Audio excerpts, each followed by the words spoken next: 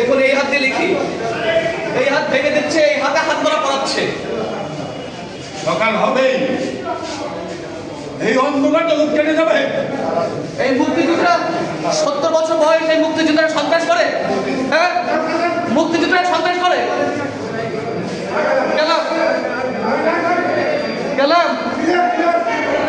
তো আমাদের যে সাবমিশন ছিল যে মোহাম্মদ শেখ হাফিজুর রহমান কার্জন স্যার, তিনি ঢাকা বিশ্ববিদ্যালয়ের আইন বিভাগের একজন অধ্যাপক এবং তিনি জুডিশিয়াল কাউন্সিলেরও প্রশিক্ষণ দেন, পুলিশ স্টাফের প্রশিক্ষণ দেন। তিনি বাংলাদেশের একজন বুদ্ধিজীবী পর্যায়ের একজন মানুষ।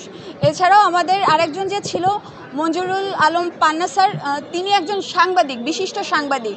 আজ আমরা কোর্টে এটাই সাবমিশন করেছি যে আজকে এই স্বাধীন বাংলাদেশে একজন মুক্তিযোদ্ধা, একজন সাংবাদিক, একজন বিশিষ্ট অধ্যাপক, ঢাকা বিশ্ববিদ্যালয়ের আইন বিভাগের অধ্যাপক সহ আরও অন্যান্য সম্মানিত ব্যক্তিবর্গ, তাদের সাথে ওপেনে মব করা হলো এবং তাদেরকে লাঞ্ছিত করা হলো, তাদেরকে আঘাত করা হলো। যেখানে এই যে আঘাত করা হয়েছে তাদের সাথে, সেখানে মূলত ক্রিমিনাল অফেন্স হয়েছে তাদের সাথে 325, 323 এগুলো হয়েছে তাদের সাথে, তাদের মানহানি হয়েছে এবং যেখানে তারা ভিকটিম হয়েছে অথচ তাদেরকেই আবার কোর্টে এনে গ্রেপ্তার দেখানো হচ্ছে, তাও আবার সন্ত্রাস বিরোধী আইনে।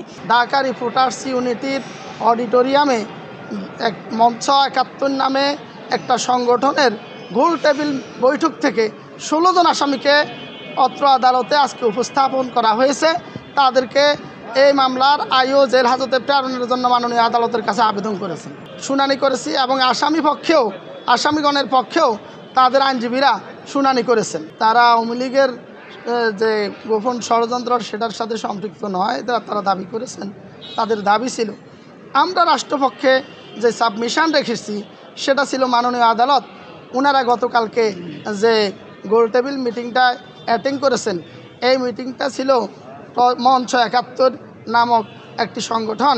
এই সংগঠনটার জন্মদিন নিয়ে আমি কথা বলেছি।